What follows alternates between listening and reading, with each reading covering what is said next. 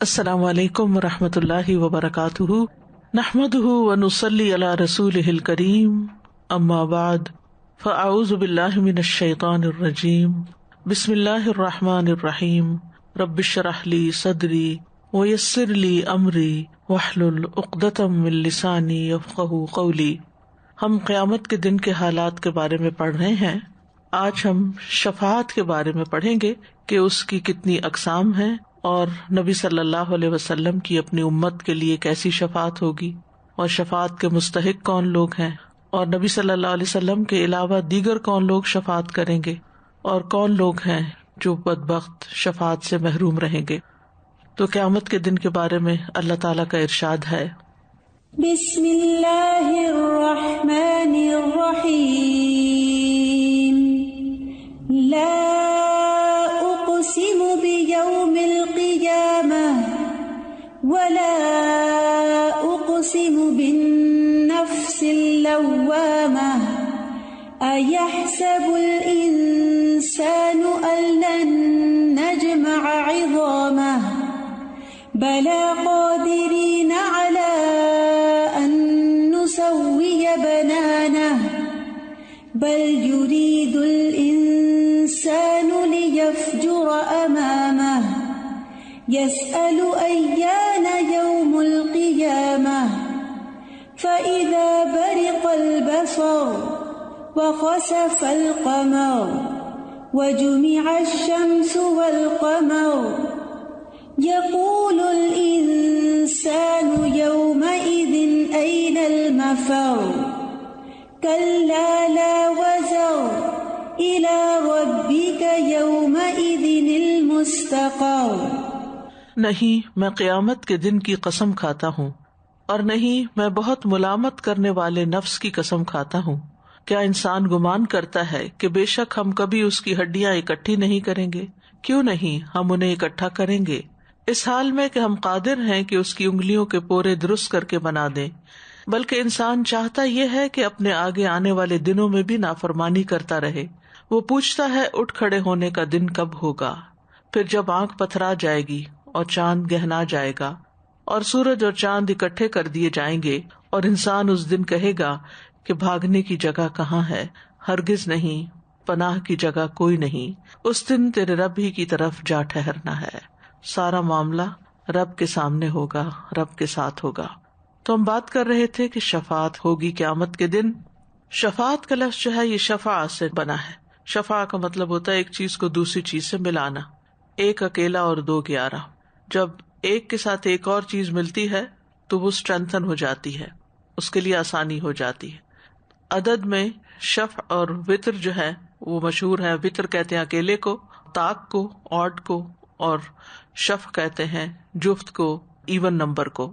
لیکن ہمارے دین میں شفاعت کا مطلب کیا ہے کہ کسی دوسرے کو فائدہ پہنچانے یا اس سے نقصان دور کرنے کے لیے واسطہ یا ذریعہ بننا، کسی کو فائدہ پہنچانے کے لیے یا اس کا نقصان دور کرنے کے لیے، یعنی اس کا ساتھ دینا، یا یہ حساب کتاب کا فیصلہ کرنے اور گناہوں سے درگزر کر دینے اور ثواب کو زیادہ کرنے کے لیے کچھ شرائط کے ساتھ ذریعہ بننا ہے۔ ٹھیک ہے، یعنی حساب کتاب کا فیصلہ کرنا، گناہوں سے درگزر کر دینا اور ثواب کو زیادہ کرنے کے لیے ذریعہ بننا، یا یہ ایسے شخص کو ذریعہ بنانا ہے جس کو اللہ اجازت دے دے یا اس سے راضی ہو، اور وہ ایسے شخص کی سفارش کرے جس سے اللہ راضی ہو، اور اس بارے میں سفارش کرے جو قیامت کے دن اس کو فائدہ دے۔ تو شفاعت کی شرائط کیا ہوگی؟ نمبر 1 یہ کہ سفارش کرنے والے سے اللہ راضی ہو۔ ہر کوئی سفارش نہیں کر سکتا، جس کو اللہ اجازت دے گا وہی سفارش کر سکے گا۔ نمبر 2 جس کی سفارش کی جائے اللہ اس سے بھی راضی ہو، یعنی کرنے والے سے تو اللہ راضی ہے لیکن جس کی وہ کر رہا ہے اس سے راضی نہیں تو اس کا بھی فائدہ نہیں۔ اور نمبر 3 اللہ تعالیٰ سفارش کرنے والے کو سفارش کرنے کی اجازت دے دے۔ من ذا الذی یشفع عندہ الا بإذنہ، کون ہے جو اس کے ہاں سفارش کر سکے مگر اسی کے اذن کے ساتھ۔ تو قیامت کے دن اس آدمی کے لیے سفارش کوئی فائدہ نہ دے گی جو اس کا حقدار نہیں ہوگا۔ پھر سوال یہ پیدا ہوتا ہے کہ پھر شفاعت کا فائدہ کیا؟ تو شفاعت دراصل ان لوگوں کو آنر دینا ہے، ان کے مقام کو نمایاں کرنا ہے کہ جن کو اللہ تعالیٰ پسند کرتا ہے اور جن سے وہ راضی ہوتا ہے. لیکن اس کا یہ مطلب نہیں کہ اللہ تعالیٰ انہیں کوئی اختیار دے دیتا ہے. عام طور پہ یہ سمجھا جاتا ہے نا کہ فلاں سفارش کر دے گا، تو یہ نہیں ضروری کہ وہ کر دے گا اور سفارش قبول ہی ہو جائے گی. وہ جس کے لیے اللہ چاہے گا قبول کرے گا. اس کو اختیار نہیں ملتا کسی کو جہنم سے نکالنے کا یا کسی کو جنت میں داخل کرنے کا یا کسی کے گناہ معاف کر دینے کا. یہ اختیار سارے کا سارا اللہ سبحانہ وتعالیٰ کے پاس ہی رہے گا. لمن الملک اليوم للہ الواحد القہار، کہ اس دن کہا جائے گا کہ آج بادشاہت کس کی ہے، اور جواب اللہ تعالیٰ کیا دیں گے؟ ایک اللہ کے لیے جو اکیلا ہے اور زبردست ہے، یعنی وہ سب کو کنٹرول کرنے والا ہے، سب پر غالب ہے، کوئی اس پر غالب نہیں آ سکتا، پورا اختیار اسی کا ہے. سورۃ انفطار میں بھی آتا ہے والملک یومئذ للہ، بادشاہت اس دن ساری کی ساری اللہ کے ہاتھ میں. سورۃ فاتحہ میں آتا ہے مالک یوم الدین، روز جزا کا، جس دن جزا سزا دی جائے گی اس کا اصل مالک اللہ ہے، سارا اختیار اللہ کے پاس ہے. تو یہ اللہ سبحانہ تعالیٰ جن کو وہ بخشنا چاہے گا ان کے حق میں کچھ لوگوں کو سفارش کا حق دے گا، ایک آنر دے گا. یہ ایسے ہی ہے کہ نبی صلی اللہ علیہ وسلم کی مجلس میں جب کوئی اپنی حاجت لے کر آتا اور آپ اس کی حاجت پوری کرنا چاہتے تو آپ اپنے صحابہ سے کہتے اشفعوا تؤجروا، یعنی تم اس کی سفارش کرو تو تم اجر پاؤ گے. یعنی صحابہ کو آنر بخشتے اور صحابہ کو ثواب کمانے کا موقع دیتے. تو یہ ہے شفاعت کا اصل کانسیپٹ.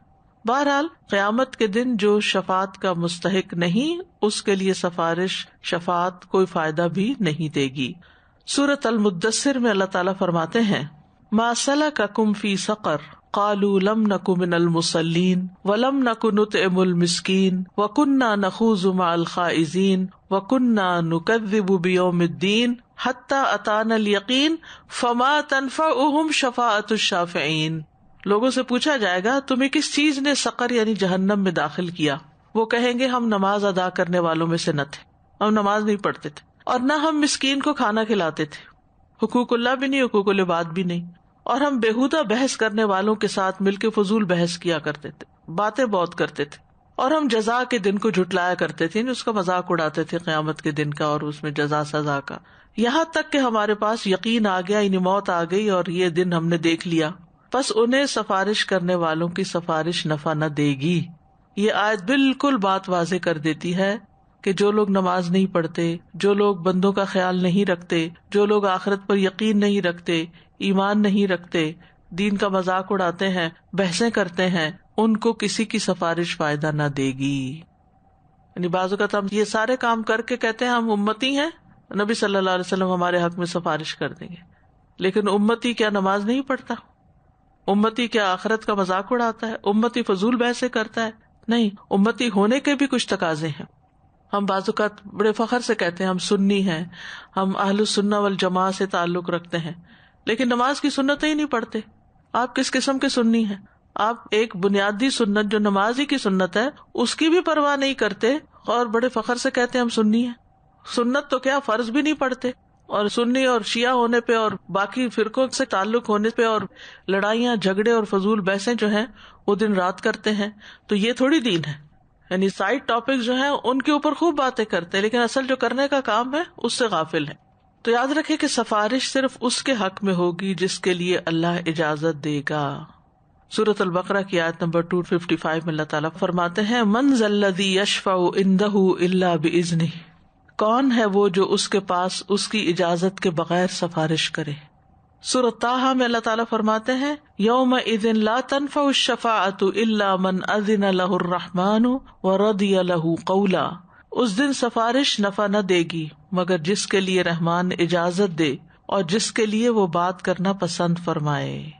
تو دو باتیں آ گئی. نمبر 1 من اذن لہ الرحمن، کوئی خود سے اٹھ کے سفارش کرنے نہیں کھڑا ہو جائے گا، اللہ کی اجازت سے ہی کھڑا ہوگا.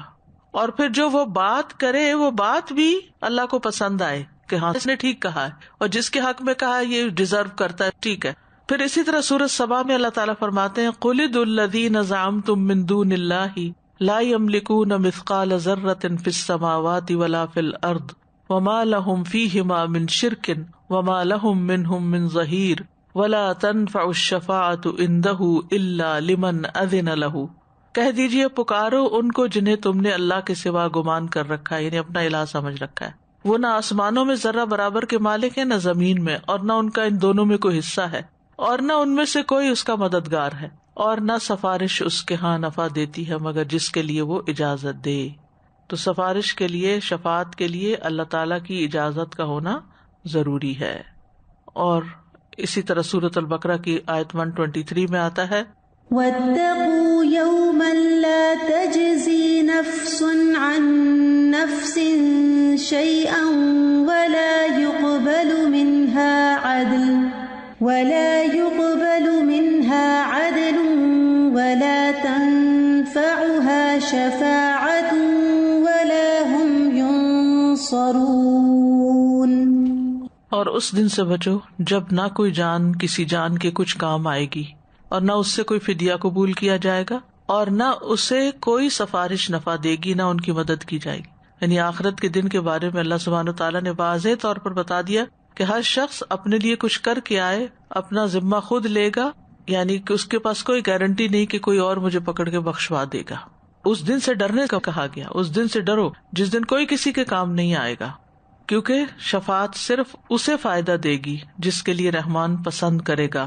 سورۃ النجم میں آتا ہے وَكَم مِّن مَّلَكٍ فِي السَّمَاوَاتِ لَا تُغْنِي شَفَاعَتُهُمْ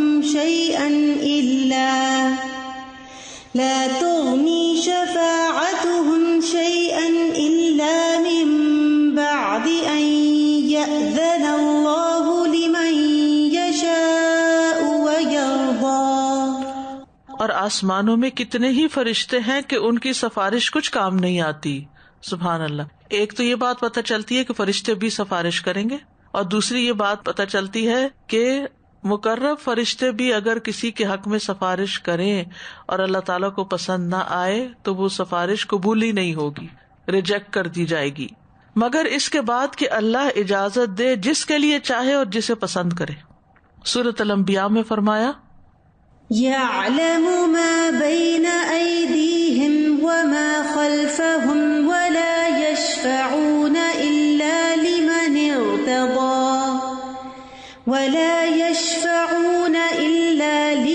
ارْتَضَىٰ وَهُمْ مِنْ خَشْيَتِهِ مُشْفِقُونَ. اور وہ سفارش نہیں کرتے مگر اسی کے لیے جسے وہ پسند کرے، اور وہ اسی کے خوف سے ڈرنے والے. تو یہ بات بالکل واضح ہو گئی کہ اصل اختیار اللہ کا ہے، اور شفاعت صرف اس کے لیے فائدہ دے گی جس کے لیے اللہ تعالیٰ پسند کرے گا. حتیٰ کہ فرشتے بھی اللہ کی اجازت کے بغیر شفاعت نہیں کر سکتے. قرآن مجید میں آتا ہے وَقَالُوا اتَّخَذَ الرَّحْمَنُ وَلَدًا سُبْحَانَهُ بَلْ عِبَادٌ مُّكْرَمُونَ. اور انہوں نے کہا رحمان نے کوئی اولاد بنا رکھی ہے، وہ پاک ہے، بلکہ وہ بندے ہیں جنہیں عزت دی گئی ہے. وہ بات کرنے میں اس سے پہل نہیں کرتے اور وہ اس کے حکم کے ساتھ ہی عمل کرتے ہیں. وہ جانتا ہے جو ان کے سامنے اور جو ان کے پیچھے ہے، اور وہ سفارش نہیں کرتے مگر اسی کے لیے جسے وہ پسند کرے، اور وہ اسی کے خوف سے ڈرنے والے.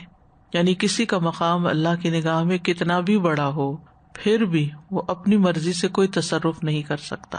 اس لیے ہمیں سب سے بڑھ کر اللہ سبحانہ وتعالیٰ کے ساتھ ہی اپنا تعلق درست کرنے کی ضرورت ہے. ظاہر اور باطن میں اسی سے ڈرنے کی ضرورت ہے، اسی کے آگے جھکنے کی ضرورت ہے، اسی سے دعائیں مانگنے کی ضرورت ہے.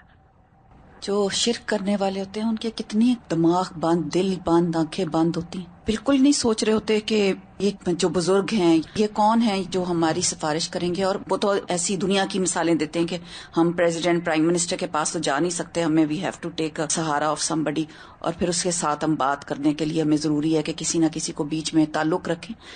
لیکن اللہ تعالیٰ کا تو ڈائریکٹ معاملہ ہے بندے کے ساتھ. بندوں کے ساتھ تو مثال بھی نہیں دینی چاہیے اللہ تعالیٰ کے. جی وَلِلَّهِ الْمَثَلُ الْأَعْلَى. بالکل صحیح.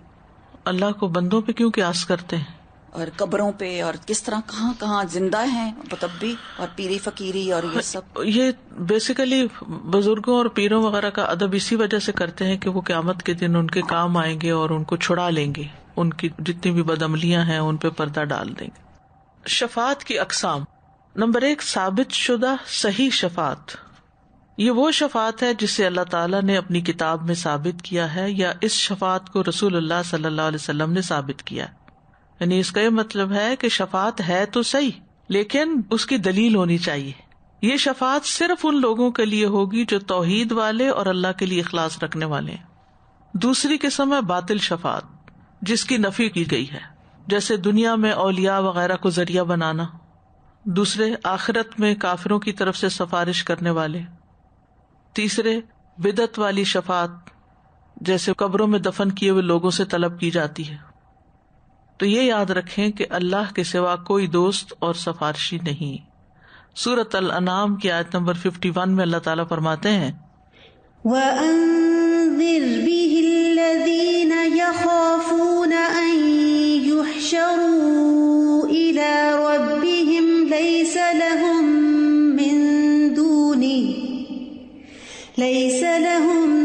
مِّن دُونِهِ وَلِيٌّ وَلَا شَفِيعٌ لَعَلَّهُمْ يَتَّقُونَ. اور اس کے ساتھ ان لوگوں کو ڈراؤ جو خوف رکھتے ہیں کہ اپنے رب کی طرف لے جا کر اکٹھے کیے جائیں گے. ان کے لیے اس کے سوا نہ کوئی دوست ہوگا نہ کوئی سفارش کرنے والا تاکہ وہ بچ جائیں. یعنی اشارہ ہے کہ ایمان لے آئیں تاکہ پھر اللہ سبحانہ تعالیٰ کے ہاں بخشش کا کوئی سامان ہو.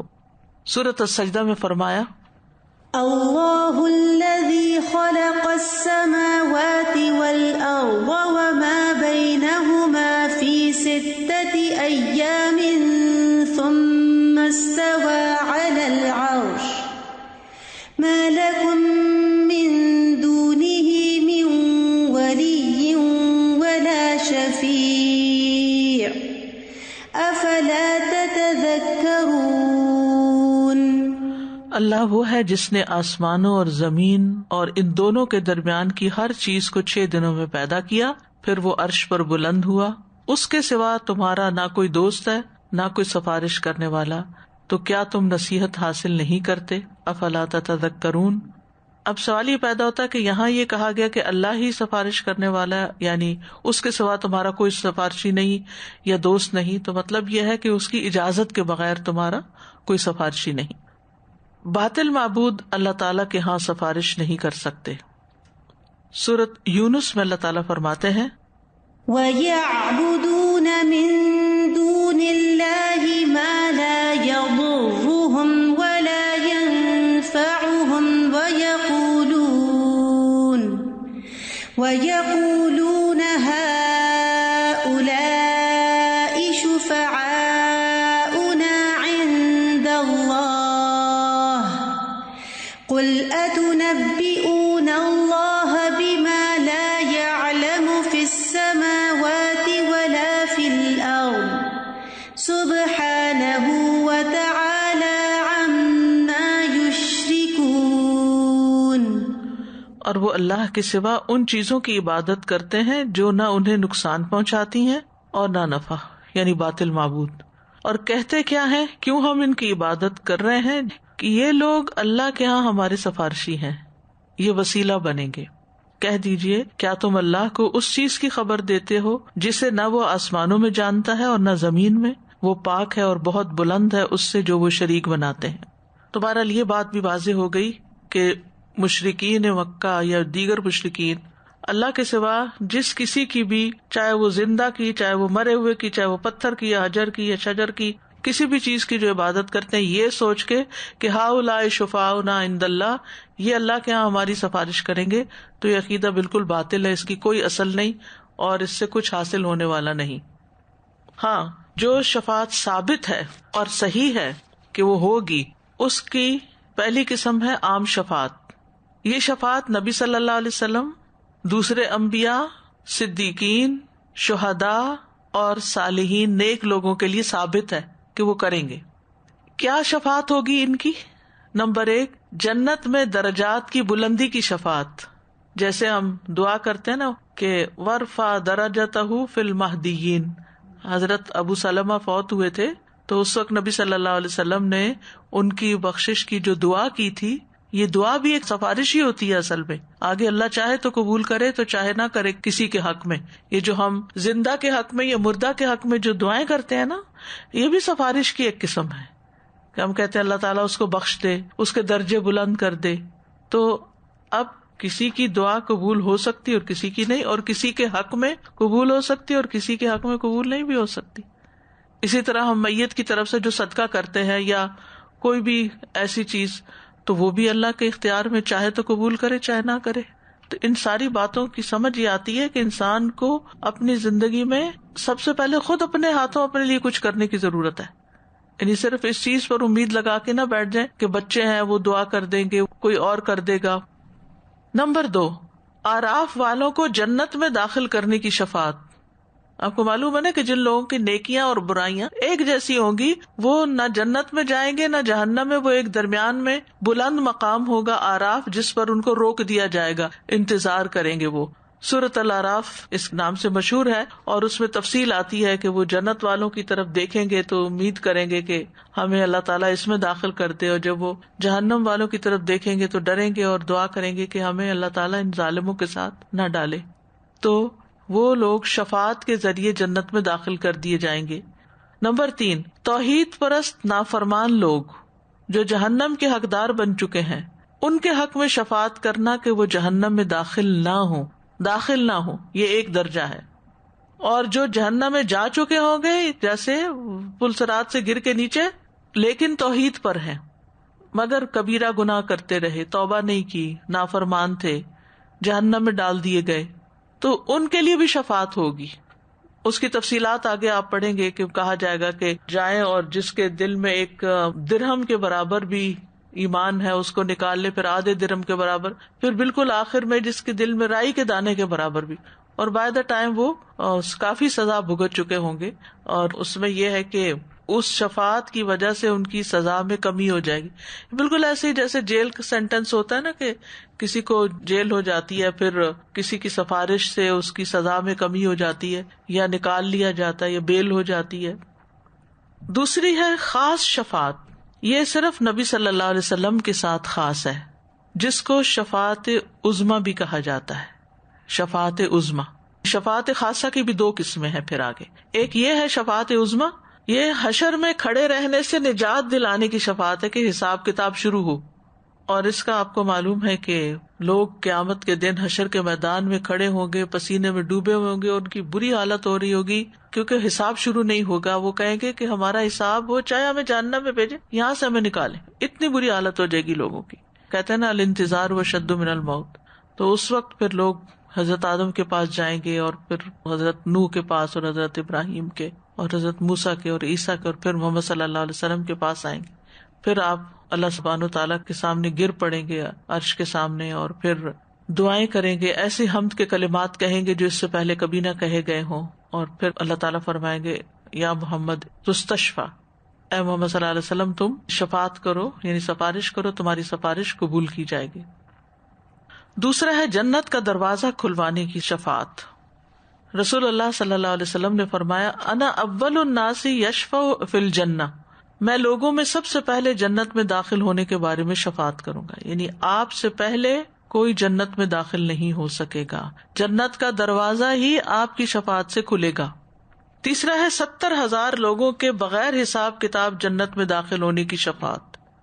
اور اس کی تفصیل آپ پڑھ چکے ہیں، جس میں عکاشہ جو تھے، جو ایک بدری اور احدی صحابی تھے، اور بہت زبردست اللہ پہ توکل کرنے والے تھے. ایک جنگ میں ان کے پاس تلوار نہیں تھی، انہوں نے درخت کی ٹہنی لے کے اسی سے ہی کام شروع کر دیا. تو بہرحال پھر ان کی یہ بات جو ہے عکاشہ بازی لے گیا. یہ ایک ضرب المثل بھی بن گئی کہ جس کام میں جو 4 رنرز ہوتے ہیں ان کے لیے، کہ وہ سب سے آگے نکل گیا. اور پھر اس کی بھی آگے تفصیلات ہیں کہ 70,000 تو تھوڑے ہیں، پھر آپ کو اختیار دیا گیا کہ ہر ایک کے ساتھ مزید 70,000 یا ہر 1000 کے ساتھ مزید 70,000 کو اسی طرح داخل کیا جائے گا. نمبر 4، آپ صلی اللہ علیہ وسلم کی شفاعت اپنے چچا ابو طالب کے بارے میں. ابو سعید خدری کہتے ہیں انہوں نے نبی صلی اللہ علیہ وسلم سے سنا کہ آپ کی مجلس میں آپ کے چچا کا ذکر ہو رہا تھا، تو آپ نے فرمایا شاید قیامت کے دن انہیں میری شفاعت کام آ جائے، اور انہیں صرف ٹخنوں تک جہنم میں رکھا جائے گا جس سے ان کا دماغ کھولے گا. پھر اسی طرح صحیح بخاری میں آتا ہے، عباس بن عبد المطلب کہتے ہیں انہوں نے عرض کیا یا رسول اللہ، کیا آپ نے ابو طالب کو ان کی وفات کے بعد کوئی فائدہ پہنچایا؟ وہ آپ کی حفاظت کیا کرتے تھے، آپ کے لیے لوگوں پر غصہ ہوا کرتے تھے. آپ نے فرمایا کہ ہاں، وہ جہنم میں اس جگہ پر ہیں جہاں ٹخنوں تک آگ ہے، اگر میں نہ ہوتا تو وہ آگ کے نچلے طبقے تک ہوتے، کیونکہ وہ بالآخر ابو جہل کی بات میں آگے تھے اور ایمان نہیں لائے تھے. اب ہے نبی صلی اللہ علیہ وسلم کی اپنی امت کے لیے شفاعت. شفاعت کے ذریعے آپ کو فضیلت بخشی گئی. نبی صلی اللہ علیہ وسلم نے فرمایا مجھے 5 چیزیں ایسی دی گئی ہیں جو مجھ سے پہلے کسی کو نہیں دی گئی تھی. ان میں سے ایک یہ ہے کہ مجھے شفاعت عطا کی گئی ہے، یعنی آپ کو اجازت ملے گی اپنی امت کے حق میں شفاعت کرنے کی. نبی صلی اللہ علیہ وسلم نے اپنی قبولیت والی دعا کو امت کے لیے محفوظ کیا ہے. آپ نے فرمایا مجھ سے کہا گیا کہ آپ مانگیں کیونکہ ہر نبی نے مانگا ہے. سل فإن کل نبی قد سأل. تو آپ دیکھیے کہ ان نبیوں کی دعائیں قبول ہوئی. آدم علیہ السلام نے کیا مانگا تھا؟ ربنا ظلمنا انفسنا وان لم تغفر لنا وترحمنا لنکونن من الخاسرین. تو وہ توبہ قبول ہو گئی. نوح علیہ السلام نے کیا دعا کی تھی؟ قوم کی بربادی کی، ایک طرح سے بد دعا کی تھی کہ اس زمین پر کافروں کا کوئی گھر نہ چھوڑ. رب انی مغلوب فانتصر، یہ انہوں نے دعا کی تھی. اچھا، پھر اس کے بعد ابراہیم علیہ السلام نے کیا دعا کی تھی؟ ربنا وبعث فیہم رسولا منہم، رسول اللہ صلی اللہ علیہ وسلم کی آمد کے بارے میں اور بھی، تو وہ دعا ان کی قبول ہو گئی. موسیٰ علیہ السلام نے کیا دعا کی تھی؟ ربی انی لما انزلت الی من خیر فقیر. تو کتنی جلدی ساری نعمتیں برکتیں آ گئی تھی ان کے پاس. ٹھیک ہے. پھر اسی طرح ایوب علیہ السلام کی دعا قبول ہوئی تھی، انی مسنی الضر وانت ارحم الراحمین. یونس علیہ السلام کی دعا لا الہ الا انت سبحانک انی کنت من الظالمین. زکریا علیہ السلام کی دعا جو اولاد کے لیے کی تھی.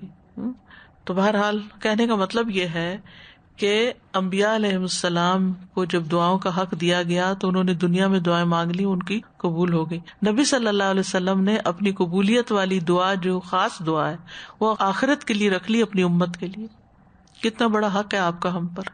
اگر ہمیں اختیار دیا جائے کہ آپ کو موقع دیا جاتا ہے ایک دعا کرنے کا جو ضرور قبول ہو جائے گی، تو جھٹ سے اپنے لیے مانگ لیں.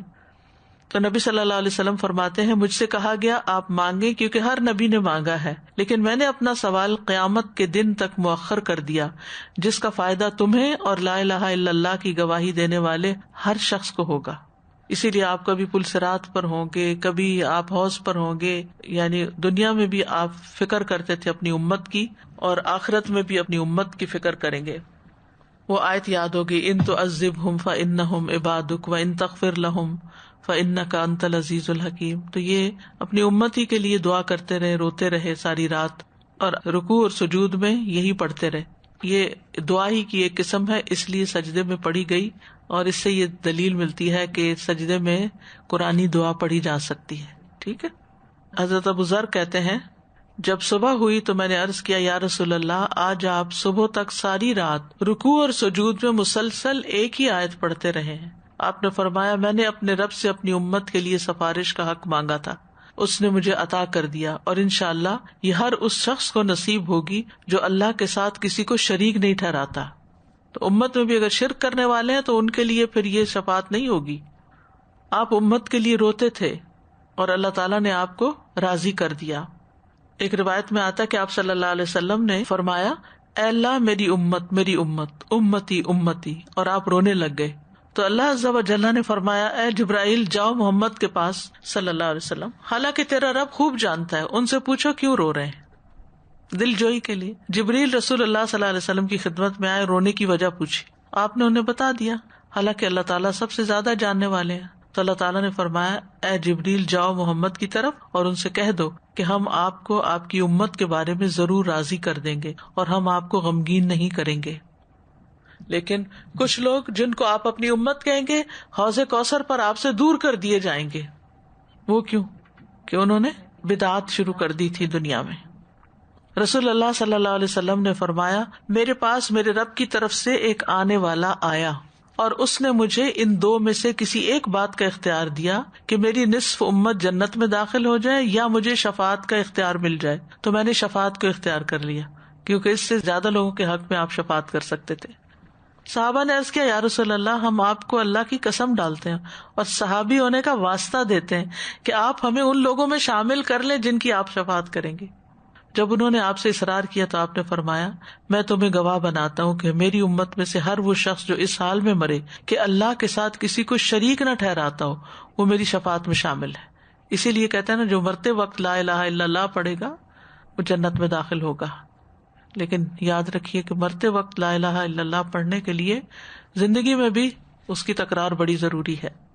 صحابہ بھی شفاعت پر یقین رکھتے تھے جیسے ابھی روایت میں آیا، اور صحابہ جو تھے شفاعت کی رغبت بھی رکھتے تھے. ایک طویل حدیث اس سلسلے میں آتی ہے. عوف بن مالک اشجعی کہتے ہیں کہ ہم نے رسول اللہ صلی اللہ علیہ وسلم کے ساتھ ایک سفر کیا، یہاں تک کہ جب رات ہو گئی تو میری آنکھ سے نیند اڑ گئی. مجھے نیند نہیں آ رہی تھی. میں کھڑا ہوا. لشکر میں کوئی چلنے پھرنے والا نہیں تھا مگر یہ کہ سب زمین پر اپنا رخسار رکھے سو رہے تھے، اور میں دیکھ رہا تھا کہ میرے دل میں ہر چیز کا خیال آ رہا تھا. صحابہ کی جنگوں کے بارے میں پتہ چلتا ہے نا کہ کس طرح لشکر مٹی کے اوپر ہی سو جایا کرتے تھے، کوئی بسترے نہیں ساتھ لے کے جاتے تھے. بس میں نے کہا ضرور میں رسول اللہ صلی اللہ علیہ وسلم کے پاس چلوں گا اور آپ کی رات بھر پہرہ داری کرتا رہوں گا یہاں تک کہ میں صبح کر لوں. چنانچہ میں لوگوں سے پھلانگتے ہوئے نکلا یہاں تک کہ میں لشکر سے باہر نکل گیا. اچانک میں نے کچھ لوگ دیکھے، سو ان کی طرف جانے کا ارادہ کیا میں نے. وہ عبیدہ بن جراح اور معاذ بن جبل تھے. دونوں مجھ سے کہنے لگے تمہیں کس چیز نے باہر نکالا؟ میں نے کہا جس چیز نے تمہیں نکالا. بس ہم ایک درخت کے جھنڈ کے سامنے تھے جو ہم سے دور نہیں تھا. ہم اس جھنڈ کی طرف چل دیے تو وہاں ہم نے شہد کی مکھی کی بنبناہٹ اور ہوا کی سرسراہٹ سنی. بس رسول اللہ صلی اللہ علیہ وسلم نے فرمایا کیا یہاں ابو عبیدہ موجود؟ یعنی آپ وہاں تھے؟ ہم نے کہا جی ہاں. آپ نے پوچھا معاذ بن جبل؟ ہم نے کہا جی ہاں. پوچھا عوف بن مالک؟ ہم نے کہا جی ہاں. چنانچہ رسول اللہ صلی اللہ علیہ وسلم ہماری طرف نکل کر تشریف لائے. ہم نے آپ سے کسی چیز کے بارے میں کوئی سوال نہ کیا. یہ بھی کتنا بڑا ادب اور کتنا بڑا اخلاق تھا کہ ہم اگر ایسی کوئی چیز دیکھیں، کوئی ایسی آواز سنیں تو فوراً پوچھیں کون ہے، یہ کیا ہو رہا ہے، یعنی کہ صبر نہیں کرتے. اور ہم میں سے کسی نے آپ سے کسی چیز کے بارے میں نہیں پوچھا یہاں تک کہ آپ اپنے ٹھکانے پر چلنے لگے، یعنی اس جھنڈ سے نکل کر. پھر آپ نے فرمایا کیا میں تمہیں اس چیز کی خبر نہ دوں جس کے بارے میں ابھی ابھی میرے رب نے مجھے اختیار دیا ہے؟ ہم نے کہا جی ہاں اللہ کے رسول. آپ نے فرمایا اللہ تعالیٰ نے مجھے یہ اختیار دیا ہے کہ یا تو وہ میری امت کے 2/3 لوگوں کو جنت میں بغیر حساب اور عذاب کے داخل کر دے یا مجھے شفاعت کا حق دے دے. ہم نے کہا اللہ کے رسول آپ نے کون سی بات اختیار کی؟ آپ نے فرمایا میں نے شفاعت کا اختیار کیا. ہم سب نے کہا اللہ کے رسول ہمیں اپنی شفاعت والوں میں شامل کر لیجیے. آپ نے فرمایا میری شفاعت ہر مسلمان کے لیے ہے. ابن حبان اپنی حدیث میں کہتے ہیں معاذ رضی اللہ عنہ نے کہا اللہ کے رسول میرے ماں باپ آپ پہ قربان، آپ میرا درجہ بخوبی جانتے ہیں، مجھے ان میں شامل کر لیجیے. آپ نے فرمایا تم ان میں سے ہو. عوف بن مالک اور ابو موسیٰ نے کہا اللہ کے رسول آپ بخوبی جانتے ہیں ہم نے اپنے مال، اقارب، اپنی اولاد چھوڑی اور اللہ اور اس کے رسول پر ایمان لائے، سو آپ ہمیں شفاعت والوں میں شامل کر لیجیے. آپ نے فرمایا تم دونوں بھی ان میں سے ہو. تو وہ کہتے ہیں پھر ہم لوگوں تک پہنچے تو نبی صلی اللہ علیہ وسلم نے فرمایا میرے پاس میرے رب کی طرف سے آنے والا آیا ہے اور مجھے اختیار دیا گیا کہ میری آدھی امت جنت میں جائے یا شفاعت اختیار کر لوں. لوگوں نے کہا اللہ کے رسول ہمیں ان میں سے کر لیجیے، یعنی شفاعت والوں میں سے. بس آپ نے فرمایا خاموش ہو جاؤ، تو وہ خاموش ہو گئے، گویا کہ کوئی بھی نہیں بول رہا تھا. تو رسول اللہ صلی اللہ علیہ وسلم نے فرمایا شفاعت اس کے لیے ہے جو اس حال میں فوت ہو کہ وہ اللہ کے ساتھ کسی کو شریک نہ کرتا ہو. تو بہرحال فائدہ توحید کے ساتھ ہی ہے، اخلاص کے ساتھ ہی ہے. شرک کرنے کے ساتھ انسان کے باقی تمام اعمال بھی برباد ہو جاتے ہیں. نبی صلی اللہ علیہ وسلم کی شفاعت کی فضیلت بھی ہے. عبد الرحمن بن ابی عقیل رضی اللہ عنہ سے روایت ہے، وہ فرماتے ہیں کہ میں ایک وفد کے ساتھ رسول اللہ صلی اللہ علیہ وسلم کے پاس گیا. چنانچہ ہم آپ کے پاس آئے، ہم نے دروازے پر سواریاں بٹھا دی. اس وقت دنیا بھر میں ہمارے دلوں میں سب سے زیادہ قابل نفرت آدمی آپ سے بڑھ کر کوئی نہیں تھا جس پہ ہم داخل ہو رہے تھے، اور جب وہاں سے نکلے تو آپ سے بڑھ کر محبوب کوئی نہ تھا. ہم میں سے کہنے والے نے کہا اللہ کے رسول آپ نے اپنے رب سے ایسی بادشاہی کیوں نہ مانگی جیسی سلیمان علیہ السلام کی بادشاہت تھی. آپ مسکرائے اور فرمایا اللہ تعالیٰ کے ہاں تمہارے ساتھی محمد صلی اللہ علیہ وسلم کے لیے سلیمان علیہ السلام کے ملک اور بادشاہت سے بھی بہتر ہے. بلا شبہ اللہ تعالیٰ نے کسی نبی کو نہیں بھیجا مگر اسے دعا کا حق دیا. ان میں سے بعض نے دنیا کے لیے دعا کی تو وہ انہیں دے دی گئی، اور ان میں سے بعض نے اس دعا کو استعمال کرتے ہوئے اپنی قوم کے لیے بد دعا کی جبکہ انہوں نے ان کی نافرمانی کی. چنانچہ وہ اس بد دعا کی وجہ سے ہلاک و برباد ہو گئے. سو اللہ نے مجھے جو حق دیا میں نے قیامت کے دن اپنے رب کے پاس اپنی امت کی شفاعت کے لیے محفوظ رکھا. تو سلیمان علیہ السلام نے دعا کی تھی نا رب ہب لی ملکا لا ينبغی لأحد من بعدی، تو قبول ہو گئی. کس کثرت سے ہمیں درود پڑھنا چاہیے. لیڈر کی رسپانسبلٹی دیکھیں کہ اس حد تک اپنی رعایا اور اپنے لوگوں کے ساتھ خیر خواہی کہ ان کو ان کے انجام تک پہنچانا. اس سے کتنا سبق ملتا ہے کہ آپ جس کے بھی جس ذمہ امت کے دار لیے ہیں، بھیجے گئے اس کی دنیا میں بھی خیر خواہی کی اور اس کی آخرت میں بھی خیر خواہی کریں گے. نبی صلی اللہ علیہ وسلم کی شفاعت کے مستحق لوگ. نمبر 1، ہر توحید پرست مسلمان. عوف بن مالک کہتے ہیں ہم نے عرض کیا یا رسول اللہ، آپ اللہ سے دعا فرمائیے کہ ہم کو آپ کی شفاعت نصیب کرے. آپ نے فرمایا وہ تو ہر مسلمان کے لیے ہوگی، یعنی جو توحید پر ہے، لیکن خلوص دل سے لا الہ الا اللہ کہنے والے کے لیے. ابو ہریرہ کہتے ہیں میں نے رسول اللہ صلی اللہ علیہ وسلم سے عرض کیا یا رسول اللہ، قیامت کے دن آپ کی شفاعت کی سعادت سب سے زیادہ کون حاصل کرے گا؟ آپ نے فرمایا اے ابو ہریرہ، میرا بھی خیال تھا کہ یہ حدیث تم سے پہلے کوئی اور مجھ سے نہیں پوچھے گا، کیونکہ حدیث لینے میں تمہاری بہت زیادہ حرص دیکھتا ہوں میں. قیامت کے دن میری شفاعت کی سعادت سب سے زیادہ اسے حاصل ہوگی جس نے لا الہ الا اللہ خلوص سے کہا ہوگا. پھر نبی صلی اللہ علیہ وسلم کے لیے وسیلہ کی دعا کرنے والے کے لیے رسول اللہ صلی اللہ علیہ وسلم نے فرمایا جو شخص اذان سن کر یہ کہے تو اسے قیامت کے دن میری شفاعت ملے گی. اللہم رب هذه الدعوة التامة والصلاة القائمة آت محمدا الوسیلة والفضیلة وابعثه مقاما محمودا الذی وعدته. پھر مدینہ کی سختی پر صبر کرنے والے کے لیے. مکہ کا ویدر جو تھا نا بہت ڈرائی تھا اور مدینہ کا ہیومڈ تھا، تو مکہ والوں کے لیے مدینہ میں مستقل آ کے رہائش اختیار کرنا ایک مشکل کام تھا، تو ان کے لیے وہاں رہنا مشکل ہو گیا تھا کچھ. اور ابتدا میں آپ کو معلوم ہے کہ بیمار بھی ہو گئے تھے اور بخار بھی وہاں کا تھا. پھر آپ نے دعا کی کہ جوفہ میں اللہ تعالیٰ اس کو بھیج دے. تو آپ نے فرمایا لا يصبر احد على لوائها فيموت الا كنت له شفيعا او شهيدا يوم القيامة اذا كان مسلما. جو آدمی مدینہ کی تکلیفوں پر صبر کرے اور اسی حال میں اس کی موت آ جائے تو میں اس کی شفاعت کروں گا، یا فرمایا کہ میں قیامت کے دن اس کے حق میں گواہی دوں گا جبکہ وہ مسلمان ہو. پھر مدینہ میں فوت ہونے والے کے لیے اللہ ہم سب کو نصیب کرے. نبی صلی اللہ علیہ وسلم نے فرمایا جس سے ہو سکے کہ مدینہ میں مرے تو اسے چاہیے کہ وہ ایسا ہی کرے، کیونکہ جو یہاں مرے گا میں اس کی شفاعت کروں گا. پھر اہل کبائر کے لیے شفاعت. نبی صلی اللہ علیہ وسلم نے فرمایا میری امت میں سے کبیرہ گناہ کے مرتکب کے لیے میری شفاعت ہوگی.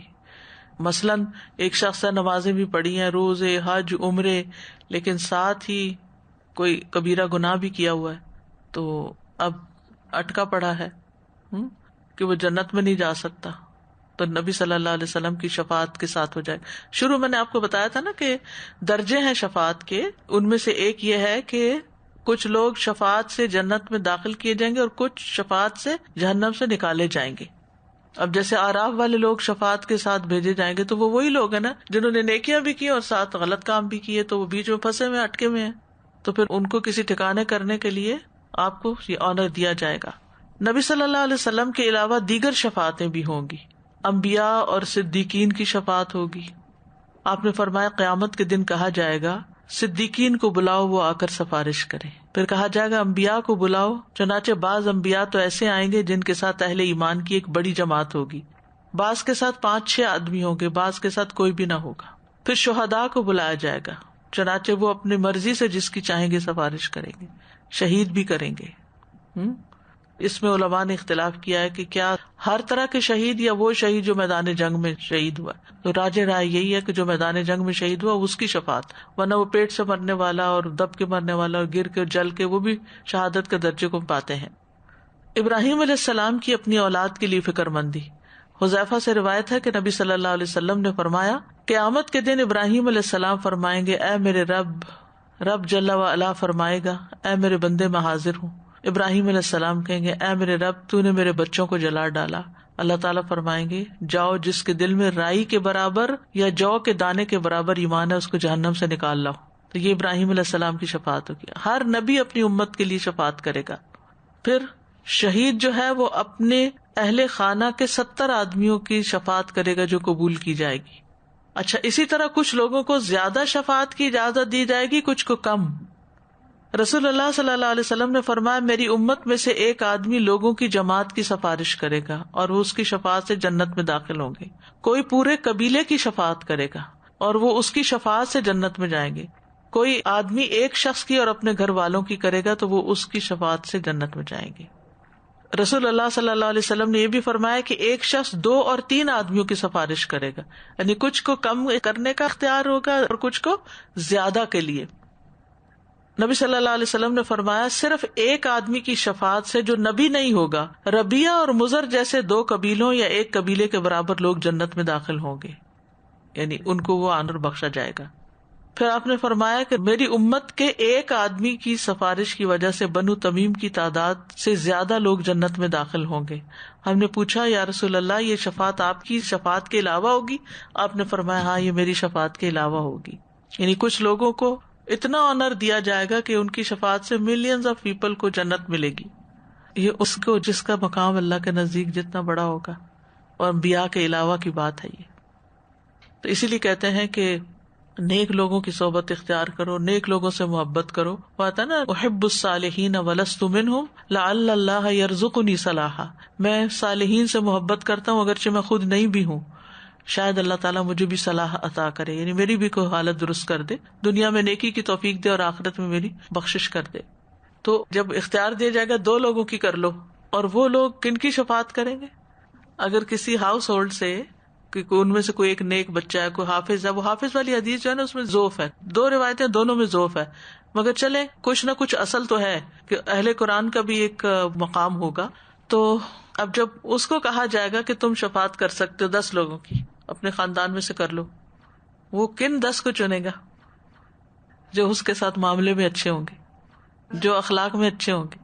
دنیا میں جیسے عید ہوتی ہے یا کوئی خاص موقع ہوتا ہے تو ہم بچوں کو عیدی دیتے ہیں، گفٹ دیتے ہیں، یہ اچھا جب گفٹ دے رہے ہوتے ہیں یا نکال رہے ہوتے ہیں تو جو ان میں سے سب سے اچھا ہوتا ہے وہ کس کو دینے کو دل چاہتا ہے؟ جس کا سب سے زیادہ اچھا تعلق ہوتا ہے، فیوریٹ پیپل۔ بالکل، تو یہ یاد رکھیے کہ اگر حافظ قرآن شفاعت کرے گا تو وہ اپنے فیوریٹ پیپل ہی کی کرے گا، شہید کرے گا تو وہ بھی اپنے فیوریٹ پیپل کی کرے گا۔ تو اسی لیے علماء کہتے ہیں کہ شفاعت کے لیے دنیا میں زیادہ سے زیادہ ایسے لوگوں سے محبت کرو، ان کے قریب ہو، تاکہ وہ آخرت میں تمہاری شفاعت کریں۔ یعنی جیسے صحابہ کرام ہیں، جیسے امت کے علماء ہیں، انبیاء کے بعد جتنے بھی نیک لوگ ہیں۔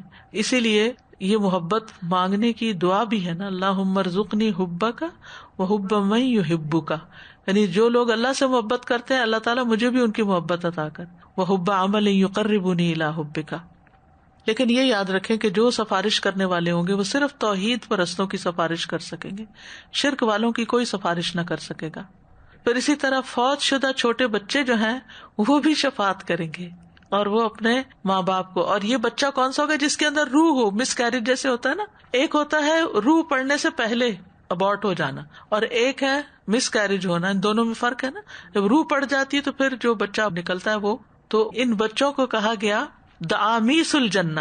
دعامیس جو ہے نا، دامس کہتے ہیں گھوڑے کا چھوٹا بچہ جو ہر جگہ بھاگتا پھرتا ہے نا، اور ہر کوئی اس سے پیار کرتا ہے، وہ کسی کے بھی کھیت سے کچھ کھا پی لے، چر چگ لے، اس کو کوئی مائنڈ نہیں کرتا۔ جیسے چھوٹے بچے ہوتے ہیں، ٹاڈلرز ہوتے ہیں، وہ بھاگتے دوڑتے کبھی اس کے پاس جاتے ہیں، کبھی اس کے پاس جاتے ہیں۔ تو یہ بچے جو ہیں یہ جنت کے چھوٹے گھوڑوں کے بچوں جیسے ہوں گے، یا ایک معنی یہ بھی کیا گیا کہ جنت کے کیڑے، لیکن کیڑے سے ہمارے معاملے میں نا وہ ذرا اچھا تاثر نہیں آتا، تو دعامیس کا جو ایک گھوڑے کے بچے والا معاملہ ہے نا وہ زیادہ بہتر ہے، پونی جو ہے، ٹھیک ہے۔ تو ان میں سے جو بھی اپنے باپ یا اپنے والدین سے ملے گا تو اس کے کپڑے کو یا اس کے ہاتھ کو پکڑ لے گا، جیسا کہ میں تمہارے کپڑے کو پکڑے ہوئے ہوں، نبی صلی اللہ علیہ وسلم نے کپڑا پکڑ کے فرمایا، اور وہ اس کو اس وقت تک نہ چھوڑے گا جب تک کہ اللہ اسے اور اس کے باپ کو جنت میں داخل نہ کر دے، وہ چھوڑے گا ہی نہیں، وہ کہے گا اس کو تو جنت میں لے جانا ہی لے جانا ہے۔ تو اس لیے جن ماؤں کے بچے پیدا ہونے سے پہلے فوت ہو گئے، پیٹ میں فوت ہو گئے یا پیدا ہو کر فوت ہو گئے، ان کے لیے بہت بڑا صدمہ ہوتا ہے، اس پہ صبر کرنا بڑا مشکل ہوتا ہے، لیکن بہت بڑی خوشخبری بھی ہے، بہت بڑی خوشخبری بھی ہے کہ وہ جنت میں لے جانے کا سبب ہوں گے، بس شرط یہ ہے کہ لا الہ الا اللہ پکی ہو۔ پھر قرآن سفارش کرے گا، نبی صلی اللہ علیہ وسلم نے فرمایا قرآن پڑھا کرو، کیونکہ یہ قیامت کے دن اپنے پڑھنے والوں کے لیے سفارشی بن کے آئے گا، یعنی وہ ان کو جنت میں لے جانے کا سبب بنے گا۔ رسول اللہ صلی اللہ علیہ وسلم نے فرمایا روزہ اور قرآن قیامت کے دن بندے کی سفارش کریں گے۔ روزہ کہے گا اے رب میں نے دن کے وقت اسے کھانے اور خواہشات کی تکمیل سے روکے رکھا، اس لیے اس کے متعلق میری سفارش قبول فرما۔ قرآن کہے گا میں نے رات کو اسے سونے سے روکے رکھا، اس کے حق میں میری سفارش قبول فرما، جیسے تہجد کی نماز میں پڑھنا یا پھر رمضان میں تراویح وغیرہ پڑھنا، تو ان دونوں کی سفارش قبول کر لی جائے گی۔ پھر اسی طرح حجر اسود کی شفاعت ہوگی، رسول اللہ صلی اللہ علیہ وسلم نے فرمایا قیامت کے دن حجر اسود جب آئے گا تو وہ جبل ابو قبیس سے بھی بڑا ہوگا، یعنی بہت بڑا بن جائے گا. اس کی ایک زبان اور 2 ہونٹ ہوں گے. مسند احمد کی ایک اور حدیث میں آتا آپ نے فرمایا قیامت کے دن یہ حجر اسود اس طرح آئے گا کہ اس کی 2 آنکھیں ہوں گی جن سے یہ دیکھتا ہوگا، ایک زبان ہوگی جس سے بولتا ہوگا، اور ہر اس شخص کے حق میں گواہی دے گا جس نے حق کے ساتھ اس کو بوسہ دیا. تو بہرحال جو نیک اعمال ہیں وہ انسان کے حق میں سفارش بن جائیں گے. اللہ سبحانہ وتعالی ہمیں نیک اعمال کی توفیق عطا فرمائے. کل انشاءاللہ ہم اہل جہنم کی سفارش کے بارے میں پڑھیں گے کہ جو لوگ جہنم میں پہنچ جائیں گے پھر ان کو کیسے نکالا جائے گا، کس کس کی سفارش سے نکالا جائے گا. وآخر دعوانا ان الحمد للہ رب العالمین. سبحانک اللہم وبحمدک اشہد ان لا الہ الا انت استغفرک واتوب الیک. السلام علیکم ورحمۃ اللہ وبرکاتہ.